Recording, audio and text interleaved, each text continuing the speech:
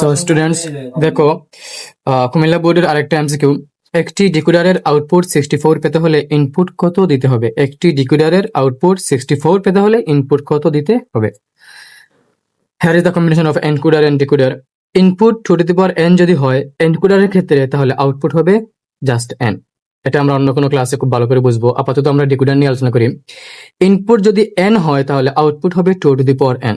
Input n হলে output হবে 2 to the power n। একটু উল্টিয়ে বলা যায়, যদি output 2 to the power n হয় তাহলে ইনপুট হবে n। দেখো তো আউটপুট কত? 64। তো আমি কি করব? 64 লিখবো।